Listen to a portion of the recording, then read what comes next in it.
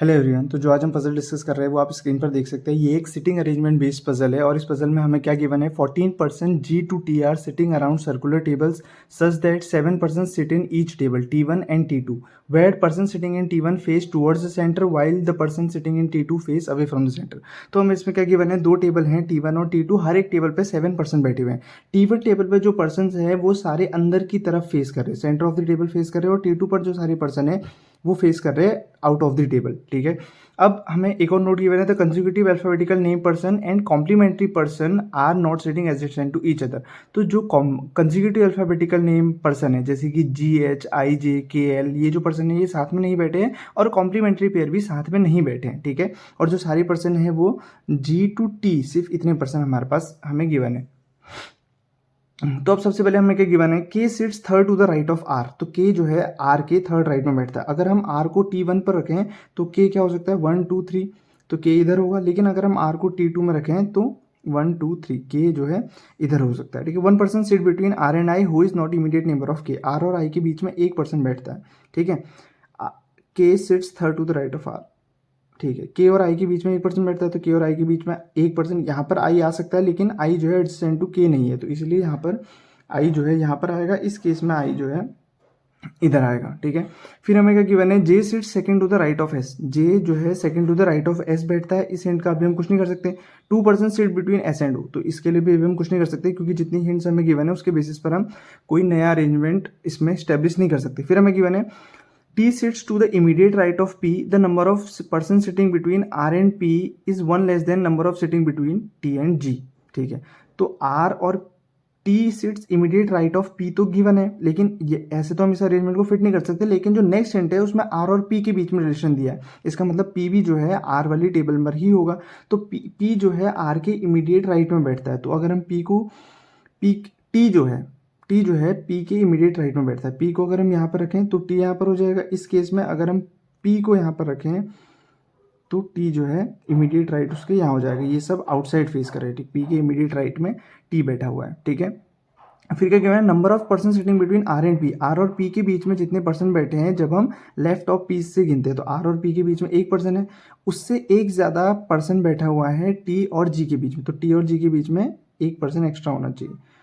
Are और P के बीच में 0% है तो टी और जी के बीच में 1%। ठीक है, और टी और पी के बीच, सॉरी यहाँ भी आर और पी के बीच में 0% है तो टी और जी के बीच में 1% होना चाहिए। ठीक है, फिर हमें क्या गिवन है, H sit second to the left of Q. H sit second to the left of Q, तो इसमें तो नहीं आएगा, तो एच और क्यू जो है सेकंड टेबल में आएगा, लेकिन अभी हम उसको स्टैब्लिश नहीं कर सकते।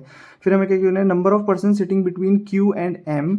क्यू और एम के बीच में जो पर्सन है वो एक लेस है एच एंड एन से। ठीक है, ये भी हम स्टेब्लिश नहीं कर सकते। N is not an immediate neighbour of Q. ठीक है, L does not face the centre of the table. L जो है सेंटर ऑफ द टेबल नहीं फेस कर रहा है, तो सेंटर ऑफ द टेबल वाला ये केस है या फिर ये केस होगा। तो एल जो है ये centre of the table face नहीं कर रहा है, तो एल जो है आउटसाइड द टेबल फेस करना चाहिए। तो एल जो है आउटसाइड द टेबल इसमें हो जाएगा। इसमें एक ही प्लेस बची है तो एल जो है फेस करेगा। तो इस बेसिस पे हमारा ये वाला जो है टेबल ये तो फिट बैठ रहा है। ठीक है, अब हमारी ये वाली टेबल कंप्लीट हो गई। इसका मतलब ये जो है हमारे सही अरेंजमेंट है, इसमें हमारे पास एक प्लेस बच रही है, तो ये अरेंजमेंट हमारा जो है रॉन्ग हो जाएगा।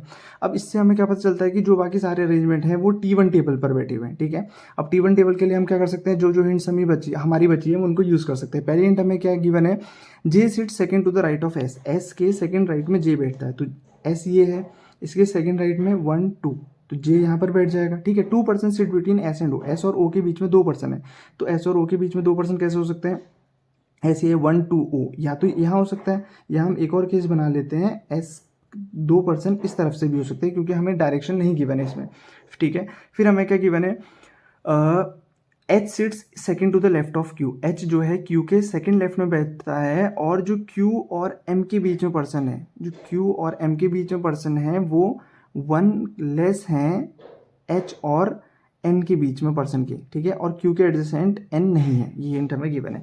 तो हम क्या कर सकते हैं, क्यू के सेकेंड लेफ्ट में, ठीक है, क्यू को अगर हम यहाँ पर रखें तो सेकेंड लेफ्ट क्या हो जाएगा, एच यहाँ पर हो जाएगा। ठीक है, अब हम क्या कर सकते हैं कि क्यू और एम के बीच में, क्यू और एम के बीच में मिनिमम पर्सन कैसे रख सकते हैं, क्यू और एम यहाँ हो सकता है, तो क्यू और एम के बीच में 1% है, तो एच और एन के बीच में 2% होना चाहिए, तो एच और एन तो यहाँ आ जाएगा, तो ये तो हमारा गलत हो जाएगा। ठीक है, और राइट ऑफ क्यू से ही हमें काउंट भी करना है। तो दूसरा केस क्या हो सकता है कि H sit second to the left of Q ना, तो क्यू को हम यहाँ पर रख सकते हैं, तो ओ यहाँ आ जाएगा, ये गलत हो जाएगा, तो क्यू को हम यहाँ पर रख सकते हैं और एच यहाँ आ जाएगा, ठीक है। और हमें क्या गिवन है, क्यू और एम के बीच में जितने पर्सन है, ठीक है, तो क्यू और एम के बीच में अगर हम यहाँ से पर्सन गिनेंगे तो राइट ऑफ क्यू से, तो राइट ऑफ क्यू से पर्सन कितने हो जाएंगे, राइट ऑफ क्यू से पर्सन है 1 0, तो एच और एन के बीच में पर्सन होना चाहिए 1, और वो कैसे होना चाहिए, लेफ्ट ऑफ एच से, तो लेफ्ट ऑफ एच से, एच इधर है तो लेफ्ट ऑफ एच, ठीक है। ये एक केस हमारा पॉसिबल हो रहा है, ठीक है। तो अब हमारा ये वाला केस और ये वाला केस जो है पॉसिबल है, ठीक है। तो हमारा क्या है, ये वाला केस और ये वाला केस सही हो गया, तो मीन्स ये दोनों केस हमारे फाइनल अरेंजमेंट है, इनके बेसिस पे जो भी हमारे आंसर्स हैं हम उनको सॉल्व कर सकते हैं, ठीक है। तो इसके लिए मैं ये सारे केसेस यहाँ पे लिख लेता हूँ ताकि हमें क्वेश्चन सॉल्व करने में आसानी हो,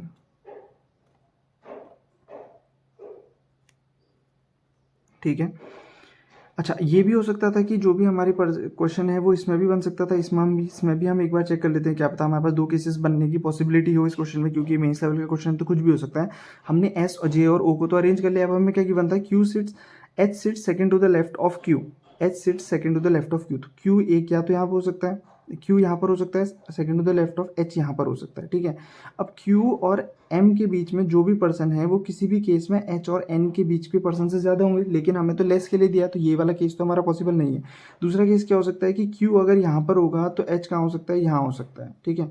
सेकेंड केस क्या है, क्यू यहाँ होगा तो एच यहाँ होगा, अब क्यू इसका मतलब एन इधर होगा और एम इधर होगा। अब क्यू और एम के, क्योंकि हमें क्या गिवन था, क्यू के एडजेसेंट एन नहीं है इसीलिए यहाँ पर होगा, ठीक है।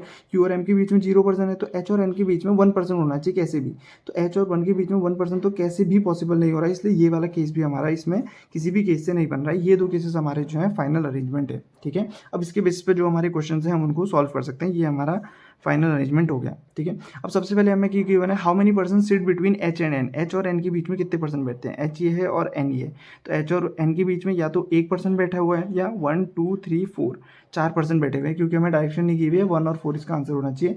तो 1 2 3 4 ऑप्शन है, लेकिन सही ऑप्शन क्या है, इधर ए और डी, ए क्या था 1 और डी क्या था 4, इसलिए ये हमारा सही ऑप्शन है, क्योंकि इसमें हमें डायरेक्शन नहीं गिवन थी। What is the position of R with respect to T, R की जो पोजीशन है टी के रिस्पेक्ट में क्या है, टी ये है, तो आर की पोजीशन टी के रेस्पेक्ट में या तो हो सकती है, ये सब आउटसाइड फेस कर रहे हैं, ठीक है, तो क्या हो सकती है, या तो सेकंड टू द लेफ्ट हो सकती है, ठीक है, या फिर 1 2 3 4 5 5th टू द राइट हो सकती है, ठीक है। तो 5th टू द राइट तो कोई ऑप्शन नहीं है, second to the left option है, वो हमारा सही ऑप्शन है इस तरीके से।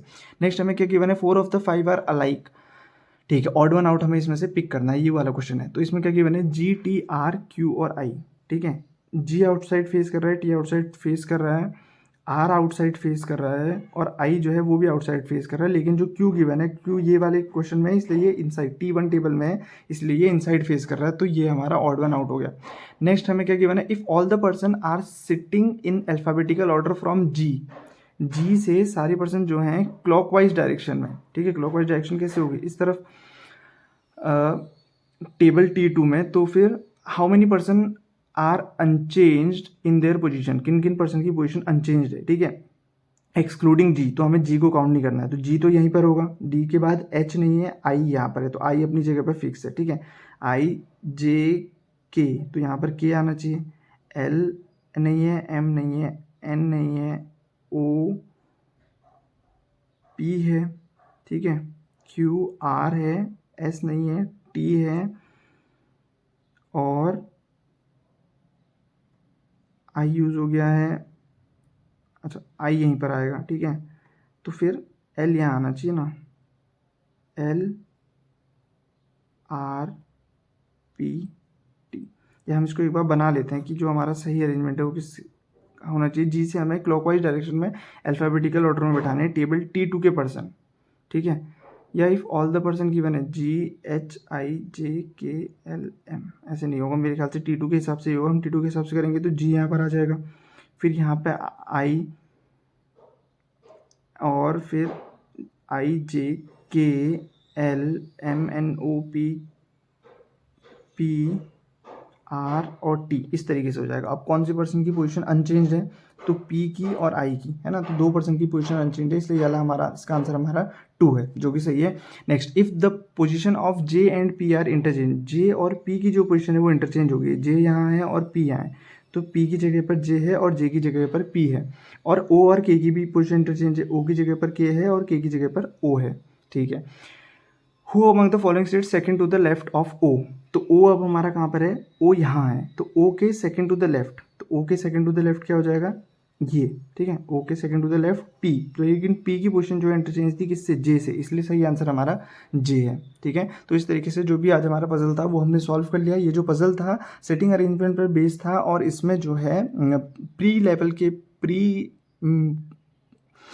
के क्वेश्चन के कंपैरिजन में ये क्वेश्चन थोड़ा सा डिफिकल्ट इसलिए था क्योंकि इसमें 2 टेबल थी, दोनों टेबल में अलग अलग डायरेक्शन में पर्सन गिवन थे और कुछ और हिंट्स हमें गिवन थी, जैसे कि कंसेक्यूटिव पर्सन साथ में नहीं बैठ सकते हैं, और हमें क्या गिवन था, कॉम्प्लीमेंट्री पेयर जो है साथ में नहीं गिवन थे, इसलिए थोड़ा सा लेंदी हो जाता है और थोड़ा सा टाइम टेकिंग हो जाता है। हमने यहाँ पर जो है केसेस भी दो केसेस साथ में ही एम्बेड कर दिए इसी, और ये वाला केस तो हमें यहीं से मिल गया था इसलिए हमने इसको छोड़ दिया, तो इसलिए हमारा 3 केसेस में ये क्वेश्चन हो गया, लेकिन हो सकता है कि इसमें 5 to 6 केसेस हमें बनाने पड़े। तो इस तरीके से हमने ये क्वेश्चन कर लिया। अगर आपने ये वीडियो यहाँ तक देखी है तो प्लीज़ मुझे इस वीडियो के नीचे कुछ ना कुछ कॉमेंट करें, जिससे कि मुझे कुछ इम्प्रूवमेंट के लिए आप बता सकते हैं, और इस वीडियो को लाइक करें, इस वीडियो को शेयर करें अपने बैंकिंग एक्सपीरियंस फ्रेंड्स के साथ, और इस चैनल को सब्सक्राइब करें ताकि आपको आगे और ऐसी वीडियोस देखने को मिले। Thank you so much.